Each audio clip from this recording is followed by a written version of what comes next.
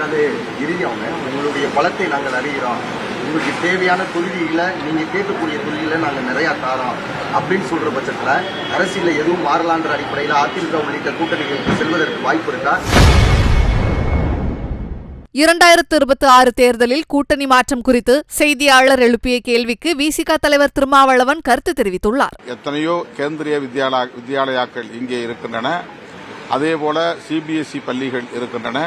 அவற்றிலெல்லாம் இந்தி சொல்லித் தரப்படுகிறது. யாரும் போய் அதை தடுக்கவில்லை, எதிர்க்கவில்லை, மோதலில் ஈடுபடவில்லை, வன்முறையில் ஈடுபடவில்லை. இந்தி பிரச்சார சபா சென்னையிலே இருக்கிறது, அது தன்னுடைய வேலையை செய்து கொண்டிருக்கிறது. யாரும் அதை எதிர்க்கவில்லை. ஆனால் அரசு ஒரே தேசம் ஒரே மொழி என்கிற கொள்கையை நடைமுறைப்படுத்த முயற்சிப்பதை எதிர்க்கிறோம். அதாவது இறுதியாக உங்களுடைய பலத்தை நாங்கள் அறிகிறோம், உங்களுக்கு தேவையான தொகுதிகளை நீங்கள் கேட்கக்கூடிய தொகுதிகளை நாங்கள் நிறையா தாரோம் அப்படின்னு சொல்கிற பட்சத்தில் அரசியலில் எதுவும் மாறலான்ற அடிப்படையில் அதிமுக உள்ளிட்ட கூட்டணிகளுக்கு செல்வதற்கு வாய்ப்பு இருக்கா? இல்லை உறுதியாக வருகிற 2026 திமுக மட்டும்தானா? இது குறித்து நான் பலமுறை உங்களுக்கு விளக்கம் சொல்லிவிட்டேன். திமுகவிடம் இருந்து நாங்கள் வெளியேறுவதற்கு எந்த முகாந்திரமும் இல்லை, அதற்கான தேவை எழவில்லை.